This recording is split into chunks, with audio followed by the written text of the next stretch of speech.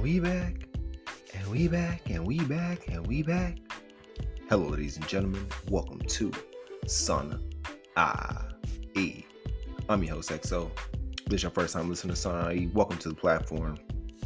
Son IE is a platform for mental health. We discuss the good, the bad, and the ugly about mental health, as well as talking about different coping mechanisms, different triggers, and the traumas that go with mental health. Here, my mission for you is to become more aware of your mental health, as well as giving you tips, tricks, and some facts and some knowledge about mental health and ways you can really be aware of your mental health. But with that being said, this episode right here, we're going to be discussing ways to make your life easier and what real self-care looks like. But first, let me kick off the show with some quotes of the day. My first quote is, focus 90% of your time on solutions and only 10% of your time on problems. And we tend to do that. As humans, we do the opposite of 90% of our focus is on our problems and 10% is on the solutions, instead of reversing that and really getting more clear, like every problem that you have in your life, there's always a solution to. But with our brains tend to fixate on the negative, on the bad stuff, instead of enhancing and focusing on the good things that happen, the positive things. So it's up to you to really take control of your thinking, of your mind, of your thoughts, and really focus on solutions instead of problems. Any problem that you have in your life, there's a solution. There's plenty of solutions, but we have to just change our way of thinking and our way of viewing things and seeing that there's a solution to everything, to have a solution mindset instead of a problem mindset. But once again, that quote is, focus 90% of your time on solutions and only 10% of your time on problems. And the next quote, I think this is going to hit home for a lot of people. Stop being tormented by everyone else's perception of you. Stop being tormented by everyone else's perception of you. That's in the society we live in. It's always, we all want that outside validation, the public validation, as well as how the public views us or perceives us, instead of just being in our own being in our own form and being self-aware of ourselves, that we don't have to depend on the outside world to really define who we are and judge us, because that outside validation does nothing if you're not truly happy on the inside. If you're not truly happy with yourself, keep constantly seeking criticism or even like judgment or compliments from other people, but everything starts with you. You can't be tormented by everybody else's perception. People won't like you and people won't like you. It's like at the end of the day, you just have to be you and do what you love doing, do what you think is right, because people will constantly judge you. It's like the famous saying, damned if you do and damned if you don't. And if people talking about you, give them something to talk about. People are always going to talk, regardless. Either it's going to be good talk or bad talk. You just have to embrace that and not be so tormented by everyone else's perception, because not everybody else's perception is true. The only perception that's true is yours. But once again, that quote is, stop being tormented by everyone else's perception of you. I'm going to give you a brief break and we're going to hop into the show discussing ways to make your life easier. Thank y'all for tuning in to Son IE. Before we kick off today's show, I just want to let y'all know about an app that I use when it comes to meditation and meditating in ways that I train my brain. And that app is the Calm app. The Calm app is perfect for meditation, meditating, expressing gratitude, and things of that nature. So if you've been having a hard time struggling with meditating, or you've been wanting to meditate but don't know how to meditate or where to go to meditate, check out the Calm app. The Calm app is really beneficial, and there's a lot of benefits when it comes to it. Like I said, you can meditate. It teaches you how to meditate. It teaches you how to be grateful, expresses gratitude. It really does that mood check-ins with yourself as well. So go in the App Store, check out the Calm app, and tell them I sent you.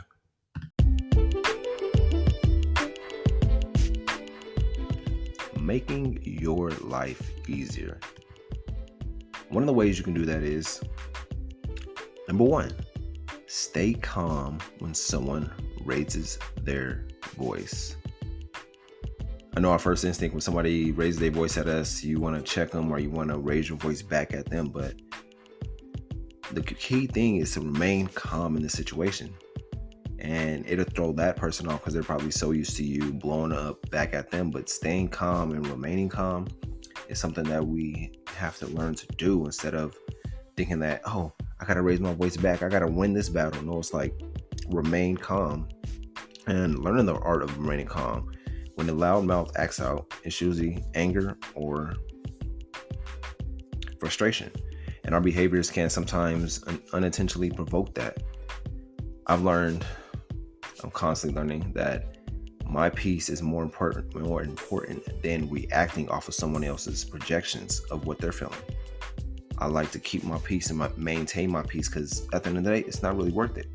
And we have to learn the art of remaining calm in any and every situation, because in life you will always be tested. Your peace will always be tested, and it's up to you to keep that peace or destroy your peace. And number 2 would be write down your thoughts when you feel stressed or anxious. Write down your thoughts when you feel stressed or anxious. Writing down your thoughts in a journal and then closing it up, believe it or not, it'll be easier for you to focus on your work because you shared your thoughts and released your feelings. You ever feel that way? Where you be so stressed, you're so anxious, you're pissed off or something like that, and you just write it down, either in your journal or even open up your notepad or your notes in the whatever app you have or whatever phone you have, and really displaying and writing out your emotions of what you're feeling right there, so that you can have that quick analyzation of, okay, this is what I'm feeling right now, and me unloading this on my notes or in my voice memo, however you did it, whatever you feel comfortable doing, is really beneficial for you, because once you do that, you have more focus and more clarity on the situation, on things that's happening in front of you. I've done this on many occasions, and it's helped me. It constantly helps me because it's like you're getting more emotionally aware of yourself and how you're reacting in certain situations or not reacting. So whenever you feel stressed, anxious, frustrated, pissed off, bust open that journal, write out what you're feeling, close back up, go on with your day. You'll unload that emotional chaos, and you'll come back to your clarity, come back to that present state that you want to be in.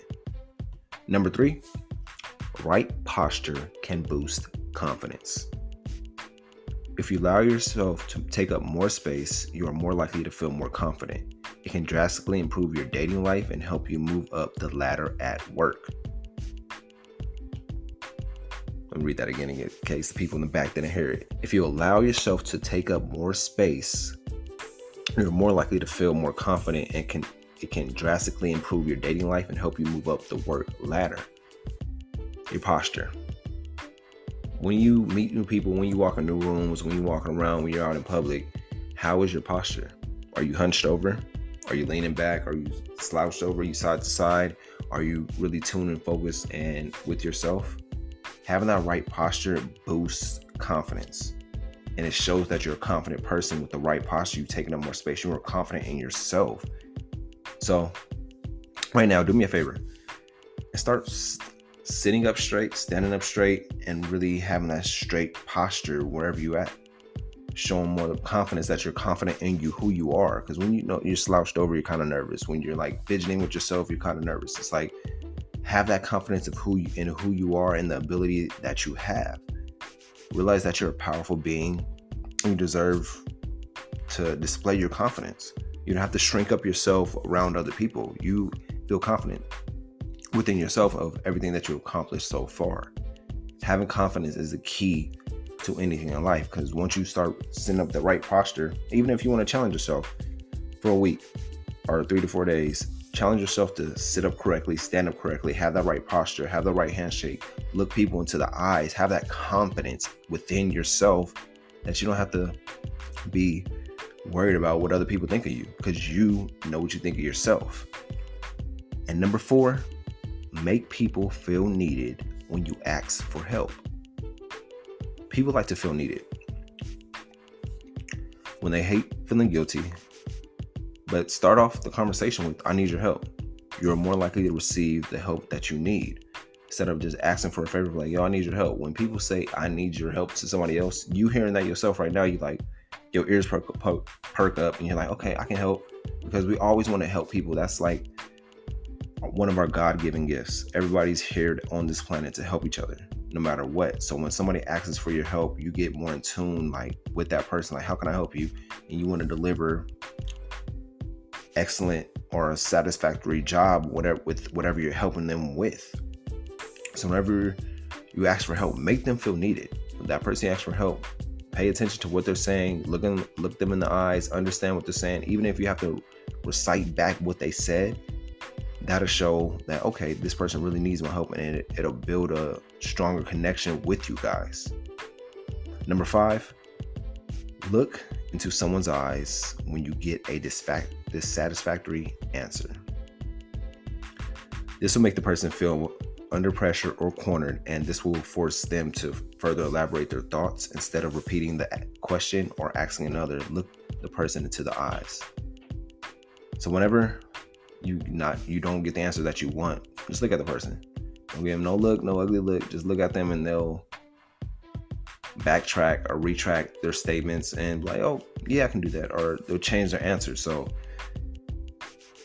you might want to try this today. Like, oh, I'm gonna look this person in the eyes. If they don't give me the answer I want, maybe they might retract, or maybe y'all will have played the staring game. But really look people into the eyes when you don't get the answer that you want. This can help make your life easier. And those are some of the tips to make your life easier. Number 1 was stay calm when someone raises their voice. Number 2, write down your thoughts when you feel stressed, anxious, or frustrated. Number 3, your right posture can boost confidence. Stand up straight, sit up straight. Number 4, make people feel needed when you ask for help. And number 5, look someone into the eyes when you get a dissatisfactory answer. I'm gonna give y'all a brief break, and then we're gonna hop into the next segment, which is what real self-care looks like. Thank you guys for tuning in to Sana A.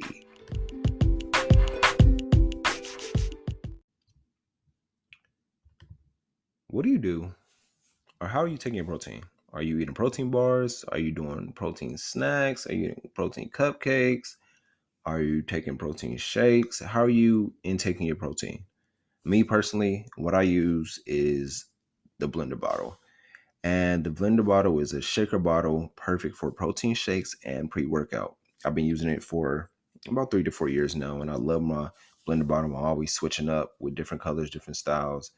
And if you don't have a blender bottle yourself, I suggest you get one so that you can intake the proper right amount of protein, like myself, as well as being focused on your protein intake. Because at the end of the day, if you're working out, you're constantly in the gym, and you're trying to either up your weight or lower your weight, you have to take the body weight amount of protein. And one of the ways that you can do that is using the blender bottle for your protein shakes. What I like to do, I like to get my oat milk, blend up my stuff, and use my blender bottle. So if you're interested in the blender bottle, check out the show notes, and the link will be right there. Let's get back to the show.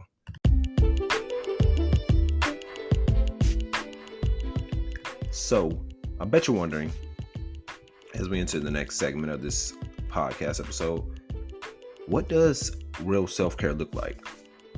I bet you're thinking to yourself, oh, my self-care is massages, baths, mani-pedi,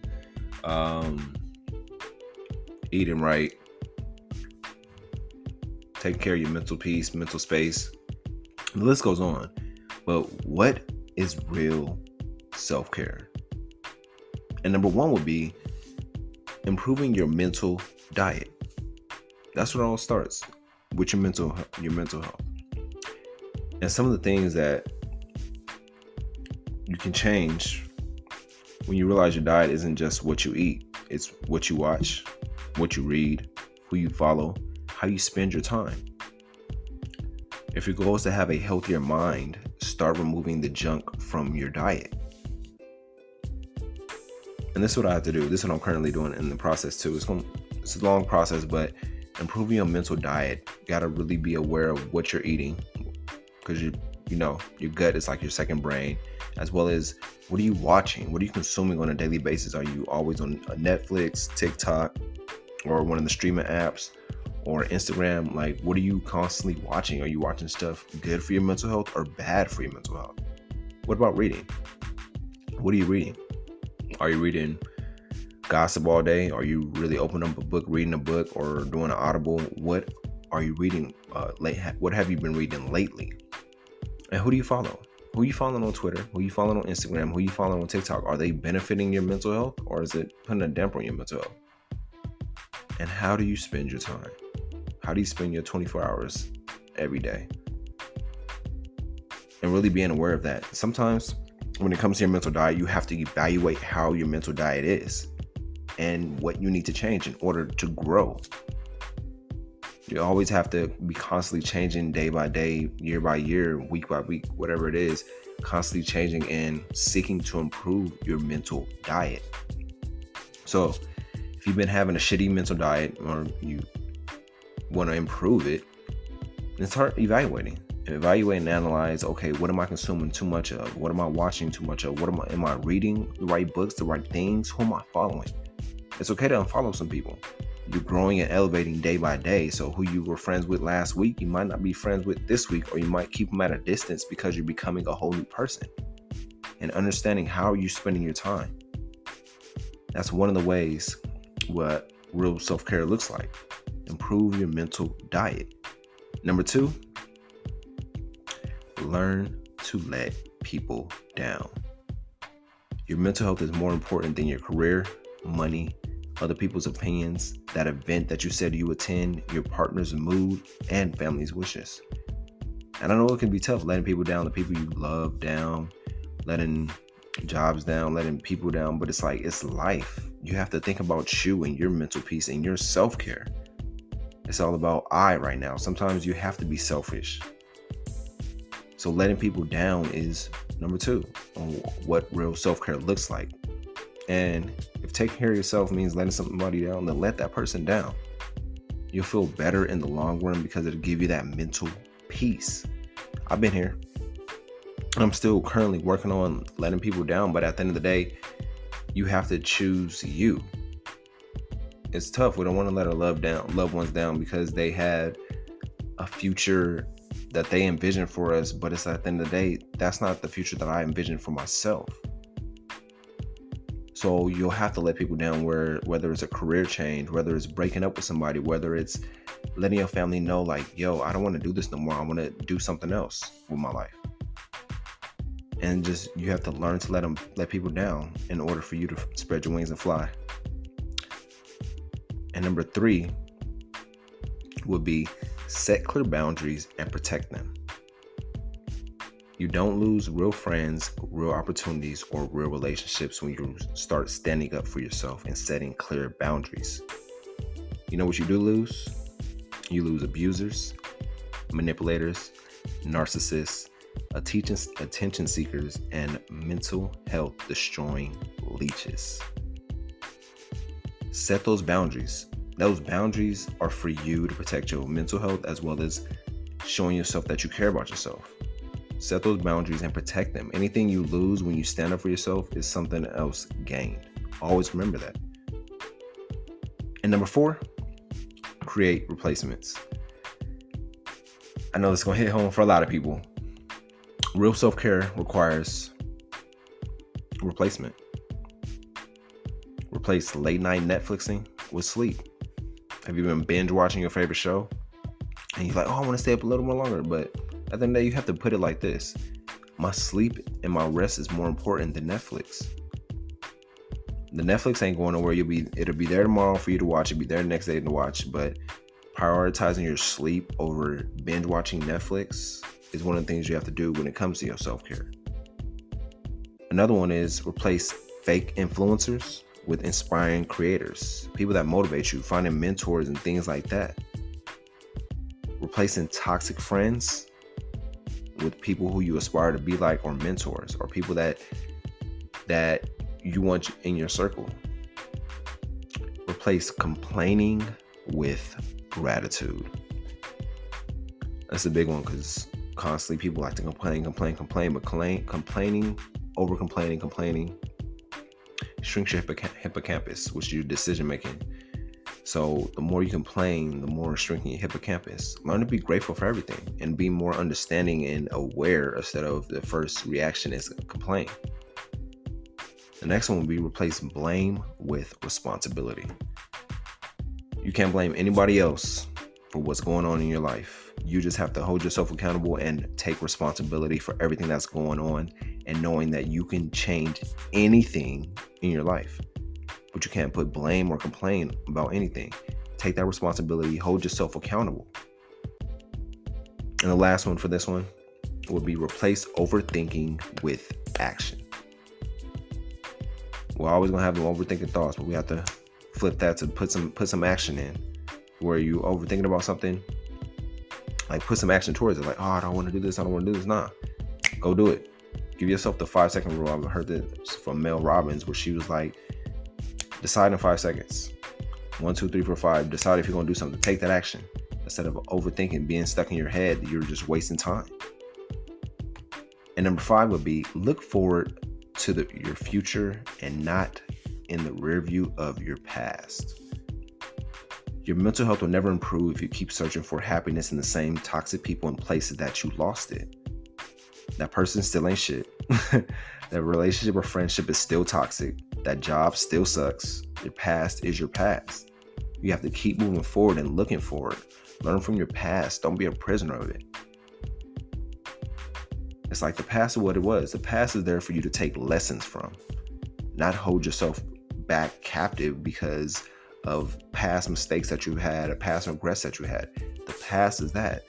Learn that every day is a new page in your book, and learn from the mistakes that you did. Don't hold yourself too accountable or put yourself too down because you're like, oh, I should have did this, I should have did that. Well, you didn't know at the time, but now you know. So next time you encounter that problem or that situation or them toxic people or friends, you know how to manage that situation instead of reacting how you used to react.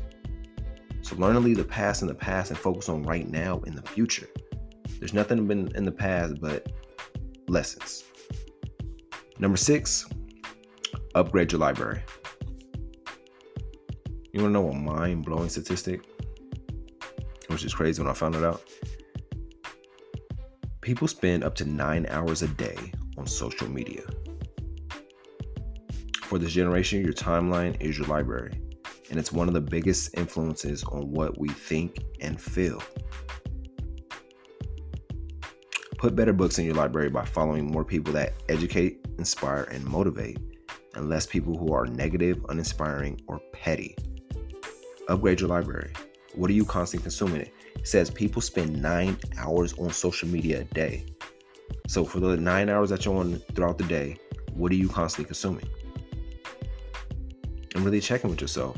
Is what you're consuming right now helping your future self? The person you want to be a year from now, is what you're consuming right now on your timeline helping you get there, or is it pushing you in a different direction?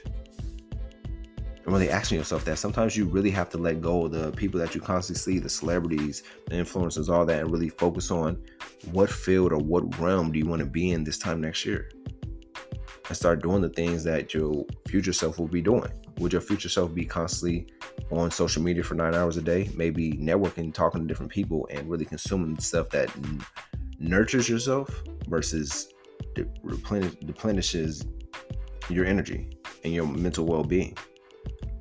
So number 6 again is upgrade your library. Number 7, and the final one, stop self-rejecting. So many people will try and stop from reaching potential, and you don't have to be one of them. You don't have to stop yourself from reaching your potential. I know how it is. We all in life, we're afraid to take risks. We always have that what if, that shoulda, coulda, woulda. But at the end of the day, scared you'll be rejected? Do it anyway. Scared of the unknown? Take a leap of faith. Have faith over fear. Walk in faith. Whatever happens, you'll learn more about yourself than holding yourself back by the what ifs, the shoulda, woulda, couldas, the regrets. If you're scared of other people's opinions, be yourself anyway. We talked about it in the opening quote. Don't be tormented by people's perception of you. People are always going to have something to say, regardless. Don't let that stop your life or control your life. It's time to stop self-rejecting your life away. We have to have that confidence in who we are, who we're meant to be. We're powerful beings. We're here for a reason. Everybody is made uniquely different. You have to love and embrace yourself. You can't put yourself constantly belittling yourself. You have to have that good relationship with yourself and talk to yourself in positive ways. I know how it is. Them constant thoughts, the negative thoughts, the bad thoughts, they happen. But you can't let those thoughts control your life. You can't let those thoughts diminish your confidence, your self-esteem. You have to know, like, you can do all things through Christ who strengthens you, or through the universe. You're a powerful being. You're powerful beyond measure. You have to maybe tell yourself some affirmations, maybe read the Bible, do some things to build your confidence up and stop the self-rejection. I know it's a big thing. It's like a lot of people are afraid of really being their true selves, but at the end of the day, you are here for a reason. Stop rejecting yourself. But I'll go over these 7 tips again for what is real self-care. And number 1, improve your mental diet. Number 2, learn to let people down. Number 3, set clear boundaries and protect them. Number 4, create replacements. Number 5, look forward to your future and not in the rear view of your past. Number 6, upgrade your library. And number 7, stop self-rejecting. And that's it, ladies and gentlemen. I hope y'all enjoyed this episode. If you enjoyed this episode, share this with a friend. Share this with anybody who you think it'll help when it comes to real self-care, as well as making your life easier. I appreciate y'all. I'm going to leave y'all with this. Opportunities are like sunrises. If you wait too long, you'll miss them. Have a good week.